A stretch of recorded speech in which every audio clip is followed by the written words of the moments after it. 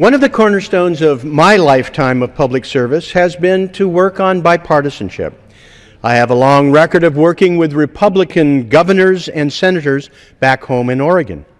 Here in Congress, every major initiative I've advanced has been to find ways to engage bipartisan sponsorship, finding ways to bring people together to solve problems rather than divide them. But here in Congress, I must say it has been, under the Republican leadership, difficult, if not impossible. For example, there has been a claim that they want to repeal and replace Obamacare.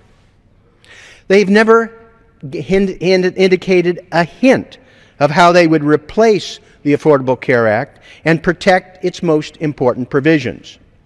They cannot say how they would produce a health care plan that would eliminate the stark specter of medical bankruptcy, which under the Affordable Care Act, Americans no longer have to fear. They have no plan to protect families from being denied health insurance because of pre-existing conditions and eliminate the pernicious lifetime limits which penalize families in the most desperate and tragic of circumstances. Now we're in the middle of their manufactured crisis of a government shutdown, and they risk a meltdown of the global economy by threatening America will not pay its bills on the national debt. There are three simple steps my Republican friends could take to prove they are serious and not cynical. First of all, Republicans campaigned the breadth of this country against the ACA, but they have included in their budget over $500 billion in savings under the Act and all of the revenues from the taxes. If they are serious and not cynical, they will remove that money from their budget and show what other services they would cut or taxes they would raise. If they are serious and not cynical, they would bring their own spending bills to the floor for their members' vote. Remember, we still have pending the Transportation HUD spending bill. On July 30th, they just stopped in the middle of it because they figured out that the bill was so bad that their own members wouldn't even vote for it. Well, if they are serious and not cynical about their spending plan, they ought to allow their members to vote on their own spending bills. See if there's any more support today than there was 3 months ago. Then bring the Interior spending bill to the floor, which has been in committee limbo. And the showstopper will be Labor, Health, and Human Services. If they are serious and not cynical, they will have the votes to show the American public what they really believe in.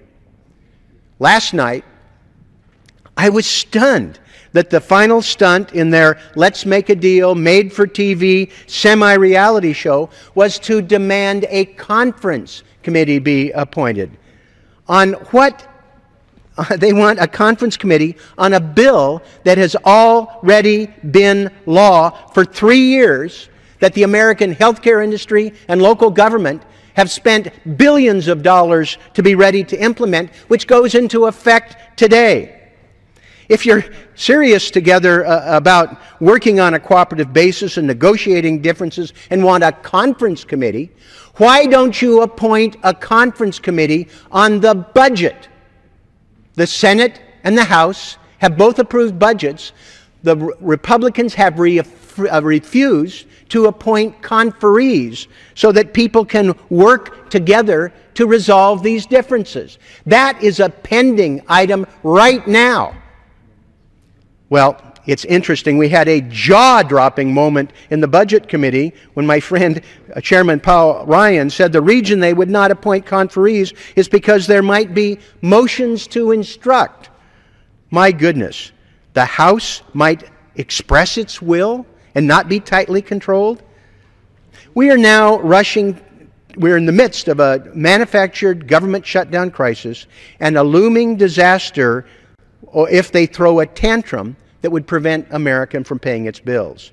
Republicans can prove that they are serious and not cynical by not using the health care reform savings to fund their budget, bring their own spending bills to the floor and allow them to be voted on, and then have a conference committee not on a law that is 3 years old, but on a pending item between the House and the Senate. Gentleman's time has expired. Sooner or later, the system ought to be allowed to work.